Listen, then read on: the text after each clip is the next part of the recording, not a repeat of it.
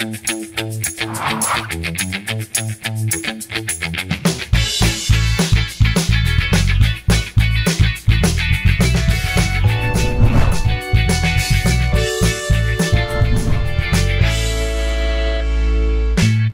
আলাইকুম প্রিয় দর্শক, দেশ এবং দেশের বাইরে থেকে যারা আমাদের সঙ্গে যুক্ত হয়েছেন চ্যানেল আয়ের পর্দায় সালাম স্টিল স্ট্রেট কাটের আয়োজনে আপনাদের জানাচ্ছি সাদর আমন্ত্রণ। সাথে আছি আমি দীপ্তি চৌধুরী। সাধারণত এই আয়োজনে আমরা বিভিন্ন রাজনৈতিক পক্ষের গুরুত্বপূর্ণ ব্যক্তিদের প্রশ্নের মুখোমুখি করি, তবে আজকে এমন একজনকে আমন্ত্রণ জানিয়েছি যিনি আসলে দেশের সামগ্রিক নিরাপত্তা ব্যবস্থা এবং রাজনৈতিক অবস্থাকে একটি নিরপেক্ষ জায়গা থেকে হয়তো আমাদের বিশ্লেষণ করে জানাতে পারেন।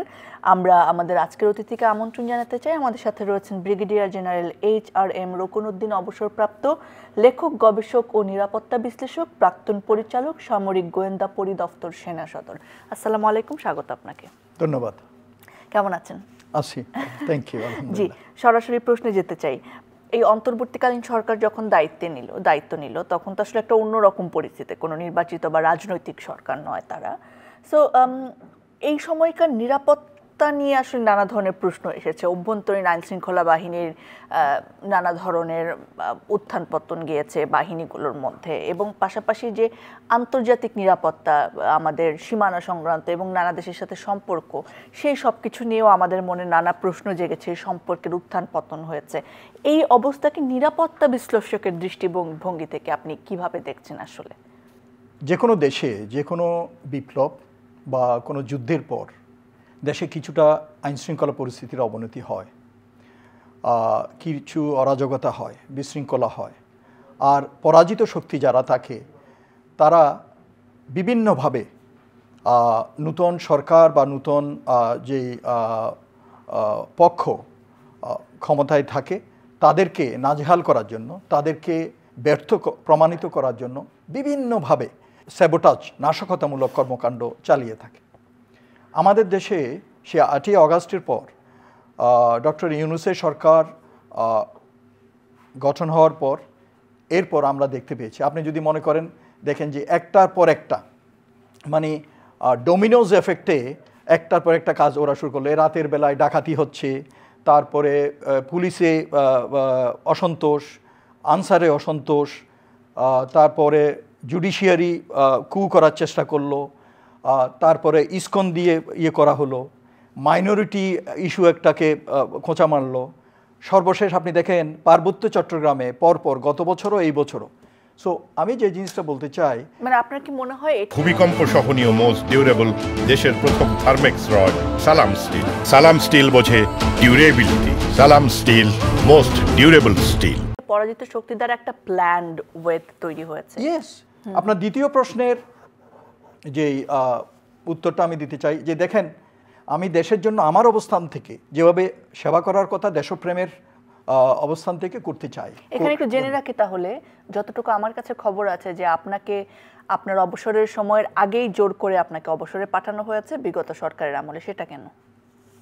এটা আসলে আমি বলতে চাইনি, আপনি যেহেতু প্রশ্ন করলেন আমি বলি। দেখেন, আমি একজন প্রফেশনাল অফিসার ছিলাম, কোনো দল মতের পিছনে কখনো ছুটিনি, এবং দেশপ্রেমের অবস্থান থেকে সেনাবাহিনী তো কাজ করেই আমি কিন্তু সোলজারিংটাই শিখেছি, এবং প্রফেশনালি এই সোলজারিংটাই করতে শিখেছি।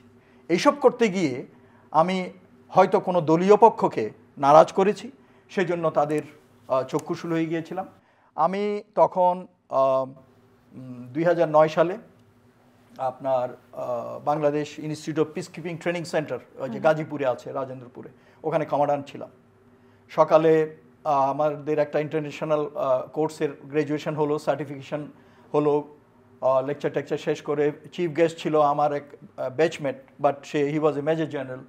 সো সে ছিল, তার সাথে লাঞ্চ করলাম, তাকে বিদায় দিলাম। আমি যখন অফিসে গেলাম আমার পিএ বলল যে sir log area commander phone করেছিলেন। তো আমি তখন বললাম যে মিলাও, তারপর ওনার সাথে কথা বললাম। তো উনি আমার সিনিয়র ছিলেন, তো উনি অনেক আমতা করে, তো আমি বুঝতে পারছি, সেন্স করতে পারছি, কারণ আমার পিছে যে গোয়েন্দারা তার আগে থেকে লাগছিল, কারণ আমার কেরিয়ারের 4 ভাগের 3 ভাগ হচ্ছে গোয়েন্দাতে চাকরি, বিভিন্ন পজিশনে বিভিন্ন লেভেলে আমি চাকরি করেছি, এবং শেষ পর্যন্ত আপনি যেটা বললেন পরিচালক গোয়েন্দা ছিলাম। সো আমি বুঝতে পেরেছি যে আমাকে ফ্রেম করার চেষ্টা করতেছে এবং আলটিমেটলি তাই হলো। তো আমি বললাম, স্যার বলেন কি বলতে চাচ্ছেন। বলল, রোকন সরি, তোমাকে একটা আনপ্লিজেন্ট খবর দিতে হচ্ছে যে you have been retired prematurely force and from this afternoon. এরপরে আমি ওখান থেকে তার 2-1 দিন পরেই মুভ করে মগবাজারে আমার শাশুড়ির বাসায় উঠলাম, ওনার 2 রুমের ফ্ল্যাট, আমার পরিবার নিয়ে, আমার এত লাগেজ নিয়ে। এসে ওঠার পর আমি দেখতে পাইলাম যে গোয়েন্দা সংস্থা ডিজিএফআই লোকজন আমার পিছনে লাগছে, আমার পরিবারের পিছনে লাগছে, আমার সন্তানরা ক্লাসে যাচ্ছে তাদের পিছনে। সো আমি বুঝতে পারছি যে ওরা আমাকে ফ্রেম করতে চাচ্ছে। আমার ইউনিফর্ম খুলছে, এখন আমাকে জাস্ট আমার রুটিনটা জেনে খালি এক জায়গায় আমাকে জাস্ট পিক আপ করে নিয়ে যাবে। এবং পরবর্তীতে আমি দেখলাম, আমি তখন দেশ থেকে পালিয়ে যাই, আমার এবং আমার পরিবারের মান সম্মান ইজ্জত এবং জানের ভয়ে। তখন আমি দেখলাম তারপরেই তো এই যে হাসিনকে তুলে নিয়ে গেল, আজমিকে তুলে নিয়ে গেল, তারপরে যে আরমানকে তুলে নিয়ে গেল। তো এগুলো আমি ঘটনা দেখলাম। আমার এক ভাগ্নে বলতেছিল, বলে মামা আল্লাহর রহমত যে আপনি you left the country, otherwise probably this could be your fate also. So এটা আল্লাহর রহমত। এরকম হাজার হাজার গল্প আসলে আছে যেগুলো হয়তো এখনো মেইন স্ট্রিম আমাদের মিডিয়াতে বা প্রচারের জায়গায় আসতে পারেনি।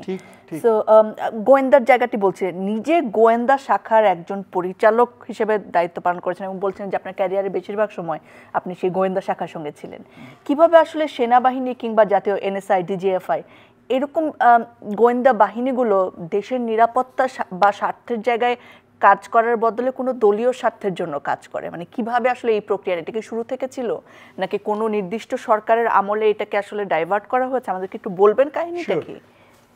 এটা খুবই দুঃখের বিষয়। আসলে আমি বলি, ডিফারেন্সটা বলি। ডিজিএফআই হচ্ছে 3 বাহিনীর সমন্বিত একটা গোয়েন্দা সংস্থা এবং এটার কাজ হচ্ছে 3 বাহিনী থেকে, আর্মি, নেভি, এয়ারফোর্স থেকে যেই গোয়েন্দা তথ্যগুলো আসবে এগুলোকে প্রসেস করে নিড টু নো বেসিসে, বিশেষ করে কমান্ডার ইন চিফ যিনি থাকেন আমাদের দেশে, ডিফেন্স মিনিস্টার যিনি থাকেন, তাকে জানাবে। কিন্তু এনএসআই হচ্ছে, এটা হচ্ছে ন্যাশনাল ইন্টেলিজেন্স, ইন্টারনাল এবং ট্রান্সফ্রন্টিয়ার, মানে অ্যাক্রস দ্য বর্ডার অলসো ওরা দেখার কথা। কিন্তু দুঃখজনকভাবে বলতে হয় এই সংস্থাটি নিষ্ক্রিয় হয়ে যায়। কারণ হচ্ছে জেনারেল এরশাদ যখন ক্ষমতায় আসেন তখন সে এই ডিজিএফআইয়ের উপর বেশি আস্থা আনলেন, কারণ এরা সশস্ত্র বাহিনীর লোক, তার কথা বেশি শুনবে, তাদেরকে ইউজ করতে পারবে বেশি। সে শুরু করলো এই ডিজিএফআইকে ইউজ এবং অ্যাবিউজ করা শুরু করলো, মিস ইউজ করে এদেরকে এই রাজনৈতিক কর্মকাণ্ডে, এই রাজনৈতিক দলকে ভাঙো, এই রাজনৈতিক দলকে গড়ো, অমুককে অ্যারেস্ট করো, অমুককে সার্ভেল করো, এই সব কাজ শুরু করলো। করার পরে পরবর্তীতে এই ধারাবাহিকতায় পরবর্তী সরকারগুলো এই ডিজিএফআইকে ইউজ করা শুরু করলো এবং এনএসআই তাদের অনেক কাজ থেকে হাত গুটাইয়ে তারা নিজেদের পার্সোনাল কাজকর্ম করা শুরু করলো। তো এইটা আমি এখানে বলে যেতে চাই যে পরবর্তী সরকার যেই আসুক, এই সরকার তো চলে যাচ্ছে, পরবর্তী সরকার যেই আসুক তাদের জন্য ফার্স্ট প্রায়োরিটি হওয়া উচিত আমাদের গোয়েন্দা সংস্থাগুলোকে সংস্কার করা এবং তাদের ক্লাসিক্যাল রোলে কাজ করতে দেয়া। যেমন ক্লাসিক্যাল রোলটা আমাদেরকে একটু বলেন। ডিজিএফআই যেমন বললাম, ডিজিএফআই হচ্ছে 3 বাহিনীর কাজ করবে, এদের পলিটিক্যাল কোনো পলিটিসাইজেশন হওয়ার কোনো কাজ, শুধু বাহিনী সংশ্লিষ্ট কাজ। ইয়েস, ওকে। এবং আপনি যেটা বললেন যে দলীয় স্বার্থ, নো ওয়ে, ডিজিএফআই পলিটিক্যাল কোনো ব্যাপারে যাওয়ার কথা না।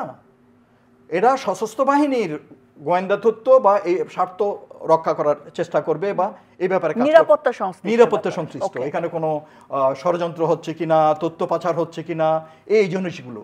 কিন্তু এই রাজনীতিতে যে জেনারেল এরশাদের সময় যে ড্যামেজটা হয়ে গেছে, এদের অনুপ্রবেশ, এই জিনিসটা বন্ধ করতে হবে। তাদের ক্লাসিক্যাল রোল যেটা, এইটাতে কাজ করতে দিতে হবে এবং কাজ করাতে হবে। এবং বিদেশি যে একটু ইনফ্লুয়েন্স বা অনুপ্রবেশ ছিল এগুলো ক্লিয়ার করতে হবে, ক্লিন করতে হবে।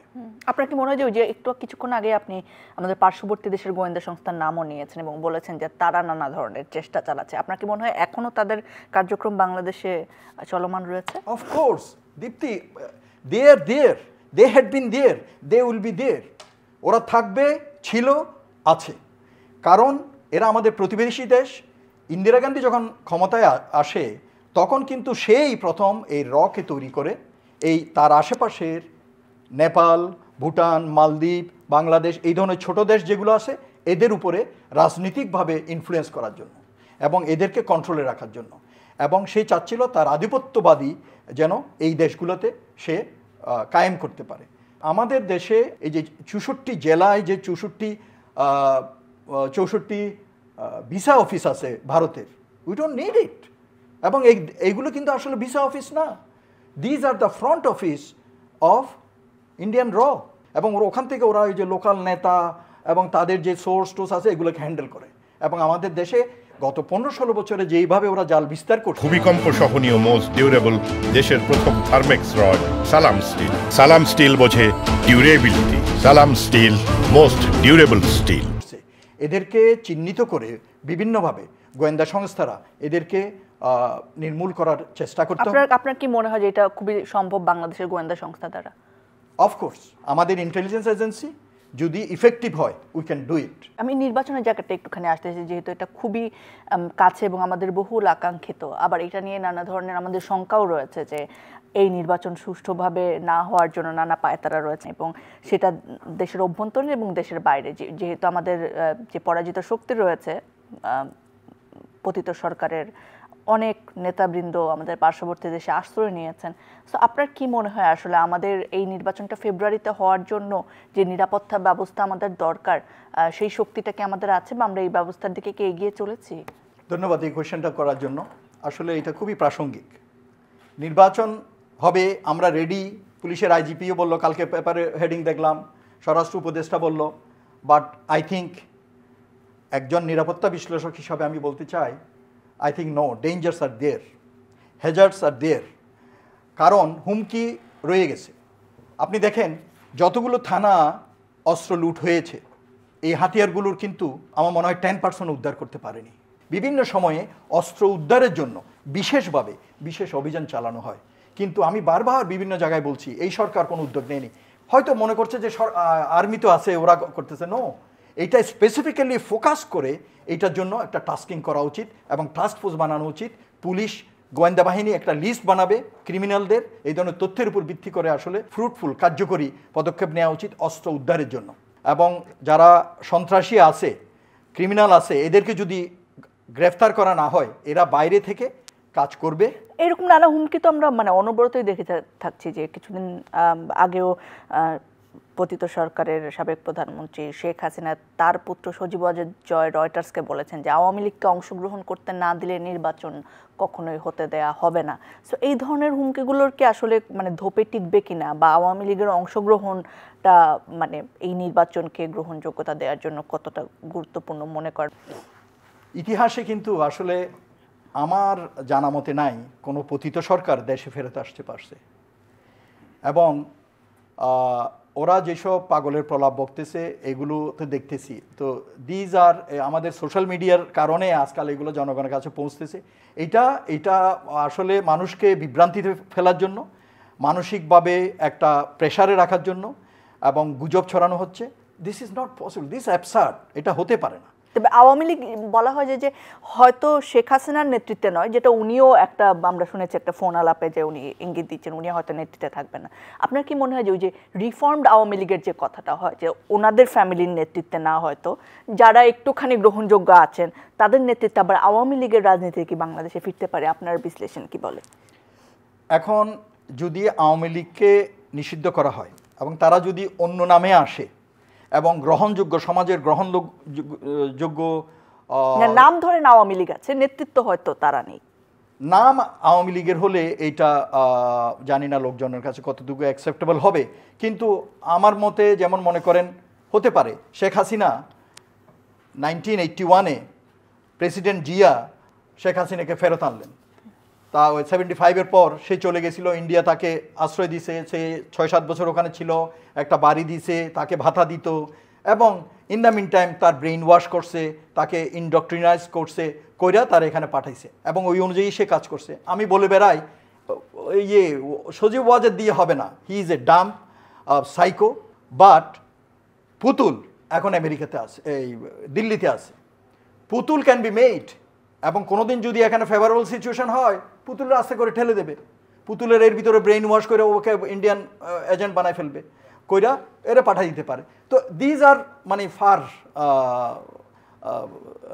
রিচিং চিন্তাভাবনা। বাট আমার কথা হচ্ছে যে যদি আওয়ামী লীগ যদি নিষিদ্ধ করা হয় তাহলে তো আওয়ামী লীগ নামে আসার কথা না, ওই নাম এলাও করার কথা না। আর যদি নিষিদ্ধের জায়গাটা আমাকে একটু বলেন যে রাজনৈতিক দল হিসেবে কি আওয়ামী লীগ নিষিদ্ধের জায়গায় যাওয়া উচিত, বা নিষিদ্ধ করে কি আসলে রাজনৈতিক কর্মকাণ্ড আটকানো যায়? Of course, what are you saying Dipti? 1971-এ বিদেশি এরা, পশ্চিম পাকিস্তানের লোক আমাদের দেশের উপরে মা বোনদের ইজ্জত নিছে, খুন খারাপি করছে, হত্যা করছে, আগুন জ্বালাইছে, আমাদের জনগণের পরিবার জীবন তছনছ করে দিছে। এদের বিরুদ্ধে আমরা যদি এরকম স্ট্যান্ড নিতে পারি, আর এরা আমার দেশের লোক হয়ে, শেখ হাসিনা আমার দেশের লোক হয়ে গণতন্ত্রের কথা বলে এসে স্বৈরাচার হয়ে গিয়ে আমার দেশের ছেলেদের, জনগণের উপর, ছাত্র জনতার উপর গুলি চালাইছে, হেলিকপ্টার থেকে নতুন যেসব 71-এর সময় হয় নাই, করে নাই, নতুন পদ্ধতিতে অত্যাচার করছে, মারছে, শিশু পর্যন্ত সে মারছে, গুলি করছে, এবং সে যে একটা সাইকো ছিল, গুলি করার জন্য অর্ডার দিত, এগুলো তো সব বের হয়ে আসছে।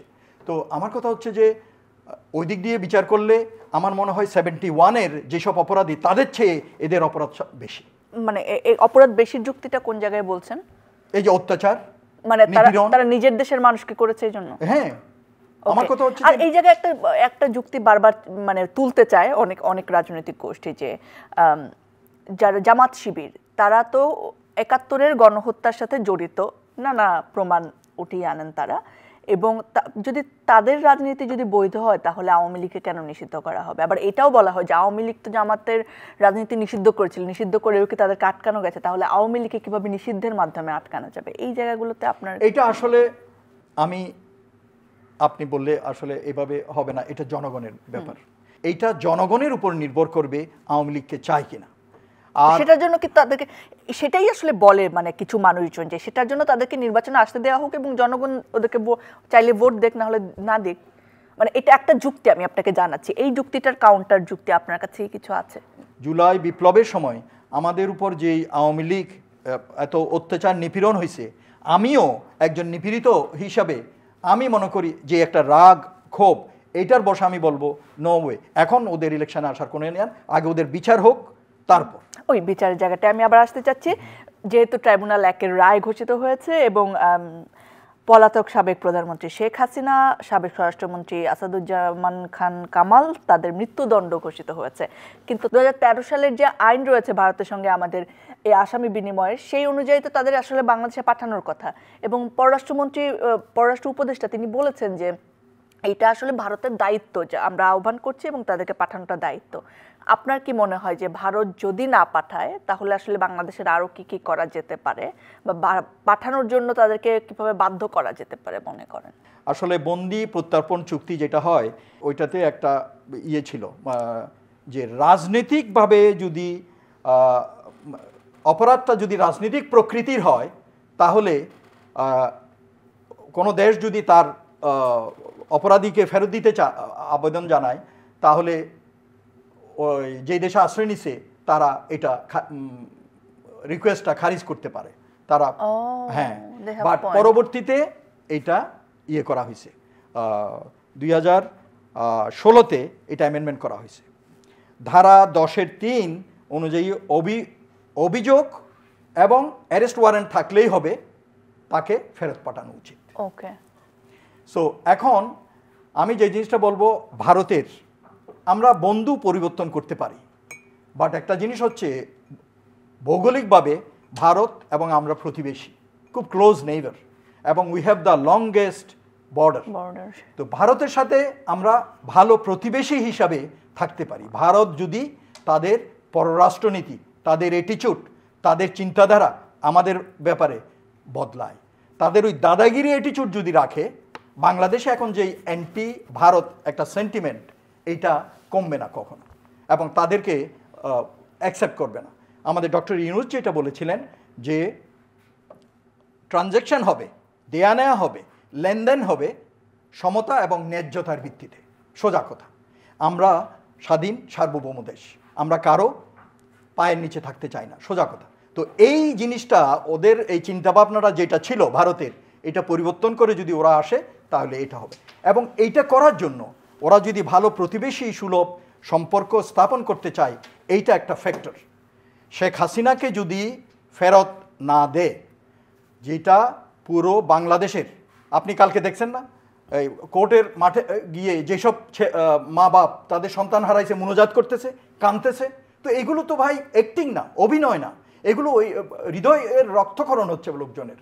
তো কাজেই এইটার প্রতি শ্রদ্ধা জানিয়ে আমি বলবো মোদি সরকার they should be thinking right. শুধু একটা মাত্র মহিলার জন্য এই পাশাপাশি দুইটা দেশের সম্পর্ক চিরদিনের জন্য নষ্ট করা ঠিক হবে না। ওকে, সো আপনার কাছে আমার শেষ প্রশ্ন, একজন সাবেক সেনা কর্মকর্তা হিসেবে জানতে চাই যে বাংলাদেশের রাজনীতিতে এখন সেনাবাহিনীর ভূমিকা একটা ভীষণ আলোচিত বিষয়, এবং বলা হয় যে 5ই আগস্টের যে নতুন ইতিহাস রচনা, সেটার জন্য মানে সেনাবাহিনীর ঘুরে দাঁড়ানো বা জনগণের পক্ষে দাঁড়ানো একটা গুরুত্বপূর্ণ জায়গা ছিল, এবং এখনো পর্যন্ত যে কোনো মানে সংকটের জায়গায় সেনাবাহিনী রাস্তায় মানে নেমে আসে। ভূমিকম্প সহনীয় মোস্ট ডিউরেবল দেশের প্রথম থার্মেক্স রড সালাম স্টিল। সালাম স্টিল বোঝে ডিউরেবিলিটি। সালাম still most durable still.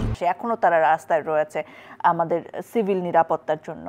So সেই জায়গাটা একটু জানতে চাইবো যে আগামী নির্বাচন এবং দেশের নিরাপত্তার জায়গায়, দেশের রাজনীতির স্টেবিলিটির জায়গায় সেনাবাহিনীর ভূমিকাকে আপনি কিভাবে বিশ্লেষণ করবেন? 1971 সালে সেনাবাহিনীর একটা মেজর, রাজনৈতিক নেতারা না, রাজনৈতিক নেতা ওই সেলফ অ্যাকসেপ্টেড অ্যারেস্ট হয়ে চলে গেছে, একটা মেজর জিয়া, সে কালুঘাট বেতারকেন্দ্র থেকে বলে উঠছে উই রিবোল্ট, দ্যাটস ইট, এবং সে ছিল সেনাবাহিনীর সদস্য। এবং এই একটা ঘোষণায় আমাদের আলটিমেটলি আমাদের দেশের পুরো প্রেক্ষাপট চেঞ্জ করে দিছে, এবং এটার ফলশ্রুতিতে আমি পুরো মুক্তিযুদ্ধের ইতিহাসে যাচ্ছি না, আমরা স্বাধীনতা পেলাম। 1975 সালে আমাদের দেশ যখন বিক্রি হয়ে যাচ্ছিল, স্বৈরাচারে যখন পরিণত হলো, শেখ হাসিনার বাপ শেখ মুজিব রক্ষী বাহিনী, তারপরে বাকশাল, এসব করে রক্ষী বাহিনী দিয়ে যে মানুষের উপর নির্যাতন করতেছে, আমি তখন হাই স্কুলের ছাত্র, আমার এখনও চোখ দিয়ে দেখছি, আমার মনে আছে। তো এইসব থেকে দেশকে যে উদ্ধার করলো সেনা সদস্যরা। 1990-এ জেনারেল এরশাদ যখন বলল যে তোমাদের সাপোর্ট দরকার সেনাবাহিনীকে, তখন জেনারেল নুরুদ্দিন বলল সরি স্যার, আমরা আপনার সাথে নেই, এবং সেই জন্যই জেনারেল এরশাদের ফল হলো। শেষমেশ দেখেন সবাই অনেক চিন্তা করতেছিল, আর এই সেনাবাহিনী কি করতেছে, গুলি করতেছে, এই করতেছে, বাট ঠিক রাইট মোমেন্টে সেনাবাহিনী দাঁড়িয়ে গেল জনগণের কাতারে, এবং পুরো দেশের চিত্র পরিবর্তন হয়ে গেল, ইতিহাসের মোড় ঘুরিয়ে দিল।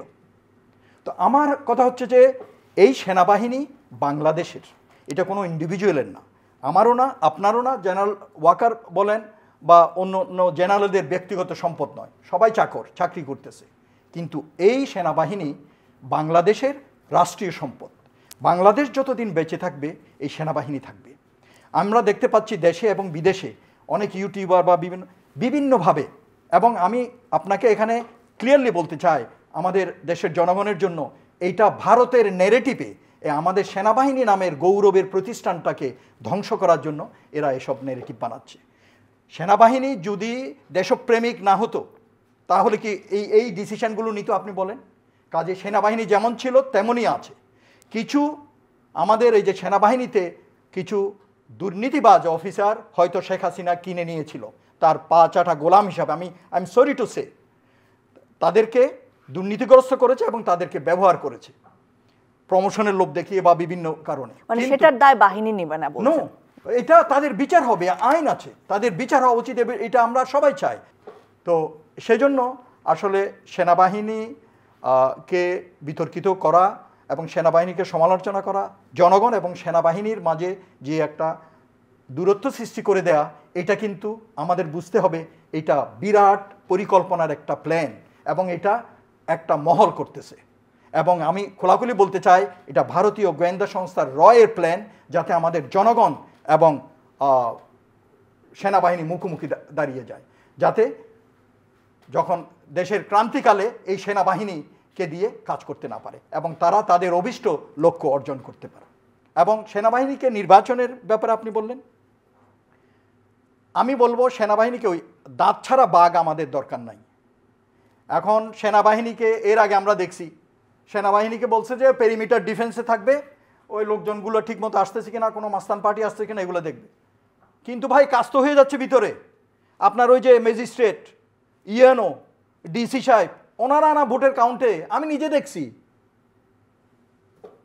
1000 ভোট ওখানে করে দিল 1500 ভোট, জাস্ট কাগজের ব্যাপার সেপার, গুণাগুনির ওখানে তো কারচুপিতে হচ্ছে ওখানে।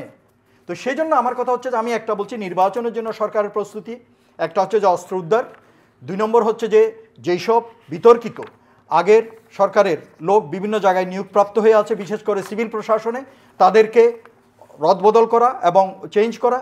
আর 3 নম্বর হচ্ছে সেনাবাহিনীকে এমনভাবে নিয়োগ করা যাতে এদের ম্যাজিস্ট্রেটি পাওয়ার থাকে এবং তারা সব কিছু মনিটর করার, তত্ত্বাবধান করার একটা ক্ষমতা থাকে। দাঁত ভাঙা বাঘের মতো সেনাবাহিনীকে ওই হাত বেঁধে আর্মিকে পিটাইয়া লাভ নাই ভাই।